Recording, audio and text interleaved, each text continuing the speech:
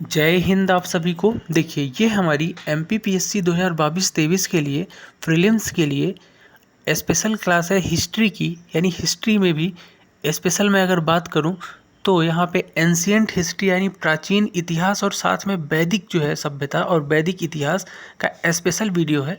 ये वो क्वेश्चंस हैं जो प्रीवियस ईयर में एमपीपीएससी के एग्जाम्स में बार बार पूछे जा चुके हैं और इस बार के मोस्ट एक्सपेक्टेड क्वेश्चंस हैं। ठीक है, तो वीडियो को बड़े ध्यान से आपको देखना है और अंत में कमेंट करके ये बताना है कि इनमें से कितने क्वेश्चन आपसे बन रहे थे। पहले क्वेश्चन से ही शुरू करेंगे।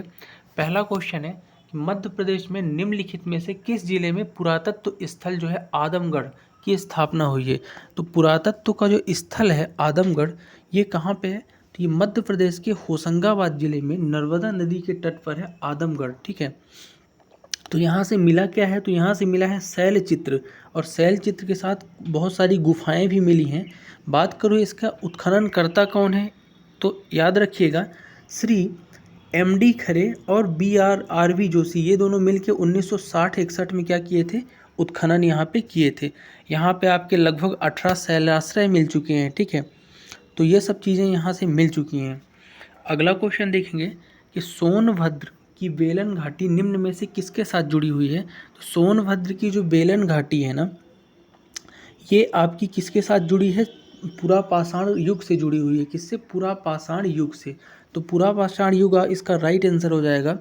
और बेलन घाटी जो है ना, ये इसका अनुसंधान जो है इलाहाबाद विश्वविद्यालय के GR शर्मा के नेतृत्व में किया गया था। ठीक है, तो ये भी आप याद रखना। यहाँ विभिन्न औजारों के अलावा आपका क्या मिला है? हड्डियों से बनी देवी माँ की एक मूर्ति भी मिली है बेलन घाटी से। ये इंपॉर्टेंट है, याद रखना। ठीक है, नेक्स्ट क्वेश्चन देखेंगे। चावल निम्नलिखित में से किस स्थान पर पहली बार उगाया गया था? ठीक है, तो चावल बताना है पहली बार किस स्थान पर उगाया गया था। तो चावल जो है सबसे पहली बार उगाया गया था विंध्य के उत्तर में। विंध्य के उत्तर में सबसे पहले चावल उगाया गया था। ठीक है, और इसके अलावा अगर नर्मदा घाटी की बात करूं तो नर्मदा घाटी में सबसे पहले शिकारी का संग्रहकर्ता मिला हुआ है। सिंधु घाटी में आरंभिक शहर मिला है सिंधु घाटी सभ्यता में। ठीक है, और गारो पहाड़ी जो है यहाँ पे कृषि का विकास मिला है। तो ये भी आपको एडिशनल तौर पे याद रखना है। नेक्स्ट है निम्नलिखित में से किस स्थान ने भारतीय उपमहाद्वीप में कृषि का सबसे पहला प्रमाण दिया। तो भारतीय उपमहाद्वीप में खेती का सबसे पहला प्रमाण कहाँ मिला, ये बताना है। तो सबसे पहला प्रमाण मिला था मेहरगढ़ में। कहाँ मिला था? मेहरगढ़ में। जो ये स्थान जो है ना, ये नवपाषाण युग का है। कब का है? नवपाषाण युग का स्थान है, जो पाकिस्तान के बलूचिस्तान में है वर्तमान में। ठीक है, तो मेहरगढ़ से सबसे पहले खेती का प्रमाण मिला था, आपको याद रखना है। नेक्स्ट है सिंधु घाटी सभ्यता के डॉट डॉट स्थल पर 10 वर्णाक्षर साइन बोर्ड के अभिलेख प्राप्त हुए। तो सिंधु घाटी सभ्यता पर है धौलावीरा। धौलावीरा पे 10 वर्णाक्षर साइन बोर्ड के अभिलेख मिले हैं। ठीक है, धौलावीरा में बात करूं तो नागरकोट के उत्तर प्रवेश द्वार के बाहर जो है एक लकड़ी का बड़ा साइन बोर्ड मिला है। और धौलावीरा है क्या? तो एक हड़प्पा स्थल है और गुजरात के कच्छ में है, लूनी नदी के पास है। ठीक है, और धौलावीरा की खोज किसने की थी? तो RS बिष्ट और JP जोशी ने की थी। ये भी आपको याद रखना है। नेक्स्ट है भारत में नवपाषाणी युग के बारे में निम्नलिखित कथनों पर विचार कीजिए। तो नवपाषाण कालीन जो युग है ना, इसके कथन पे विचार करना है। आपके पास यहाँ पे ये कथन दिख रहे होंगे, 3 कथन है, आपको बताना है कि सही कौन से हैं। पहला कथन है नवपाषाण काल में कृषि का आरंभ हुआ। तो कृषि क्या प्रारंभ हो गई थी नवपाषाण काल में? जी हाँ, बिल्कुल, नवपाषाण युग में कृषि प्रारंभ हो गई थी। तो ये बिल्कुल सही कथन है।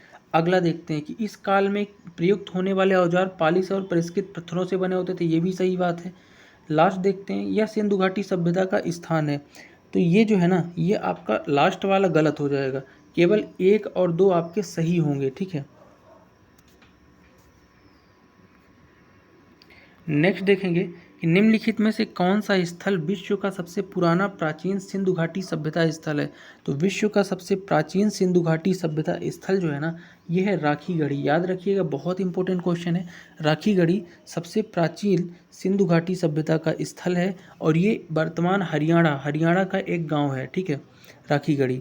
और यहाँ जो है दुनिया की सबसे पुरानी प्राचीन सिंधु सभ्यता के स्थलों के साथ सरस्वती नदी के मैदान में स्थित है। ठीक है, और एशिया के 10 सबसे लुप्त प्राय विरासत स्थलों में से राखीगढ़ी को एक घोषित किया गया है। तो राखीगढ़ी हरियाणा जो है ना, सिंधु का सबसे पुराना स्थल हो जाएगा। अगला है बृहद स्नानागार, जिसको विशाल बाथरूम बोल सकते हो, कि खोज सिंधु घाटी सभ्यता के किस शहर में हुई। तो स्नानागार जो है ना, इसकी खोज जो है मोहनजोदड़ो में हुई। कहाँ हुई? मोहनजोदड़ो में। और इसे मुर्दों का टीला भी बोला जाता है शाब्दिक अर्थ में। और ठीक है, बात करूँ मोहनजोदड़ो की, तो इसकी खोज किसने की थी? तो इसकी खोज की थी 1922 में राखलदास बनर्जी ने। ये भी आपको याद रखना है। नेक्स्ट है सिंधु घाटी सभ्यता के दौरान मृद भांडों के बारे में निम्नलिखित में से कौन सा कथन गलत है? तो मृद भांड, जो मिट्टी के बर्तन बनते थे उनको मृद भांड बोलते थे। तो कौन सा कथन गलत है? तो पहला कथन है पॉलीक्रोम चित्रित मृद भांड आमतौर पर पाए जाते थे। तो ये पहला कथन जो है ना, ये आपका गलत हो जाएगा। ठीक है, तो ये आपका कथन गलत है, क्योंकि मृद भांड जो है ना, आपकी सिंधु घाटी सभ्यता में मुख्य रूप से बहुत महीन चाक से निर्मित होते थे और ये बहुत कम हाथ से बनाए जाते थे। ठीक है, सादे होते थे। नेक्स्ट है सूची 1 और सूची 2 को सुमेलित कीजिए नीचे दिए गए कूट से। अब यहाँ पे दो सूची है, सूची 1 सूची 2, तो इनको सुमेलित करना है आपको, सही जोड़ी बनाना है कि इसका क्या आंसर होगा। तो आइए देख लेते हैं। तो इसका जो आपका सही आंसर हो जाएगा वो हो जाएगा ऑप्शन नंबर 4। ऑप्शन नंबर 4 हो जाएगा इसका राइट आंसर। मैं आपको डायरेक्ट सूची ही बता देता हूँ इसकी होगा क्या। देखो, पहला है हड़प्पा। तो हड़प्पा क्या हो जाएगा? तो हड़प्पा का जो आपका होगा, हड़प्पा है कहाँ? तो हड़प्पा जो आपकी है सिंधु घाटी सभ्यता के पास स्थित एक शहर है, आपको पता होना चाहिए हड़प्पा। ठीक है, तो अगर मैं सूची की बात करूँ तो हड़प्पा का हो जाएगा जेबू, जेबू हो जाएगा हड़प्पा का। और मोहनजोदड़ो की मैं बात करूँ तो इसका क्या हो जाएगा? नृत्य करने वाली एक क्या मिली है? बालिका की मूर्ति मिली है। कालीबंगा का क्या हो जाएगा? कालीबंगा में जुताई वाले खेत मिले हैं। क्या मिला है? जुताई वाले खेत। और मेहरगढ़ में क्या मिला है? तो मेहरगढ़ में आपका प्रारंभिक दंत चिकित्सा मिली है और खेती के भी कुछ स्थान मिले हुए हैं। तो इस तरह से इसका सही क्रम ये हो जाएगा। ठीक है, नेक्स्ट है कौन सी धातु हड़प्पावासी अज्ञात थे, यानी कि हड़प्पावासी कौन सा मेटल है जिससे पता नहीं था उनको उसके बारे में। तो लोहा के बारे में इनको कोई जानकारी नहीं थी हड़प्पावासियों को। इसके अलावा जो आपके विभिन्न प्रकार की धातुएं जैसे तांबा सोना चांदी, इनका यूज़ तो ये करते थे, लेकिन लोहा के बारे में इन्हें कोई जानकारी नहीं मिली है।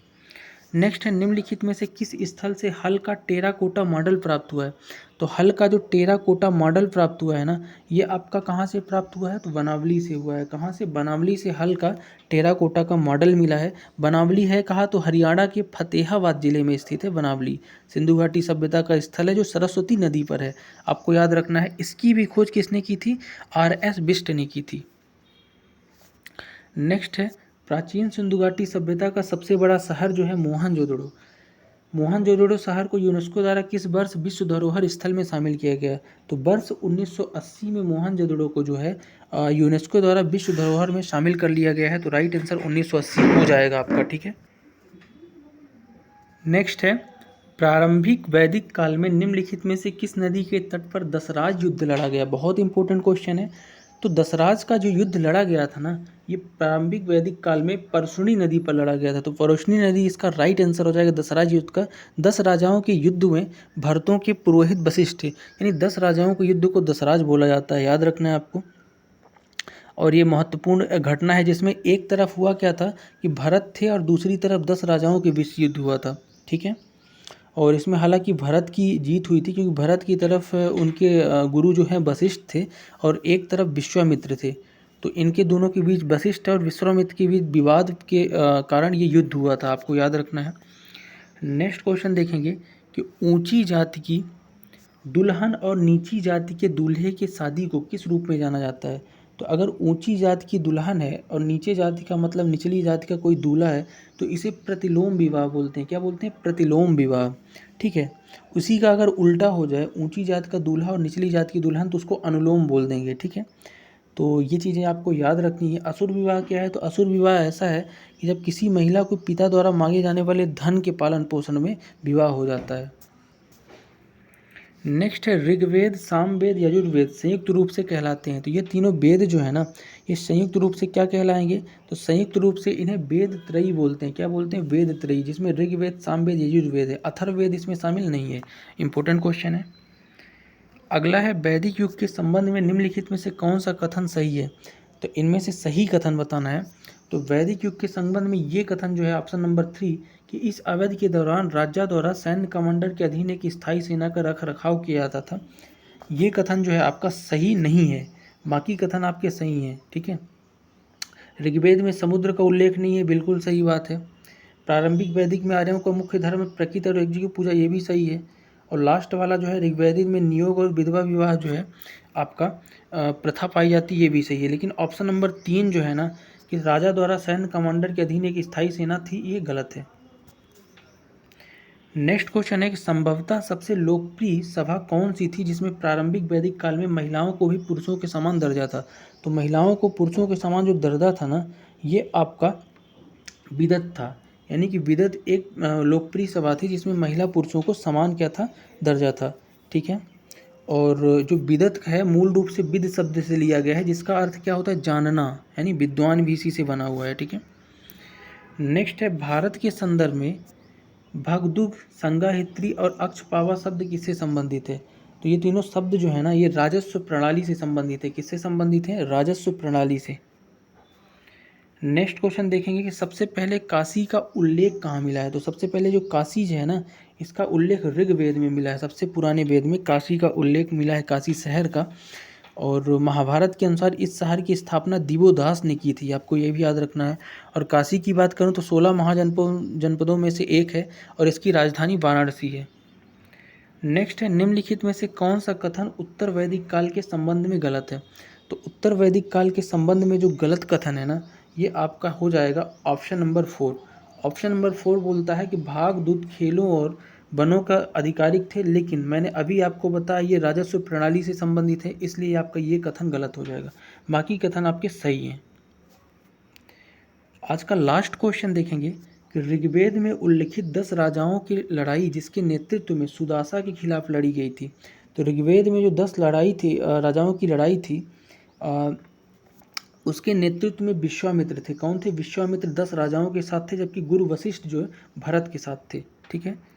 तो आपको याद रखना है ये चीज़ें।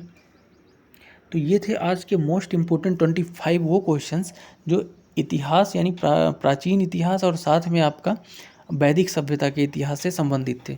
वीडियो के बारे में जो सजेशन हो आप कमेंट बॉक्स में कमेंट कर सकते हैं। मिलते हैं नेक्स्ट वीडियो में, तब तक के लिए जय।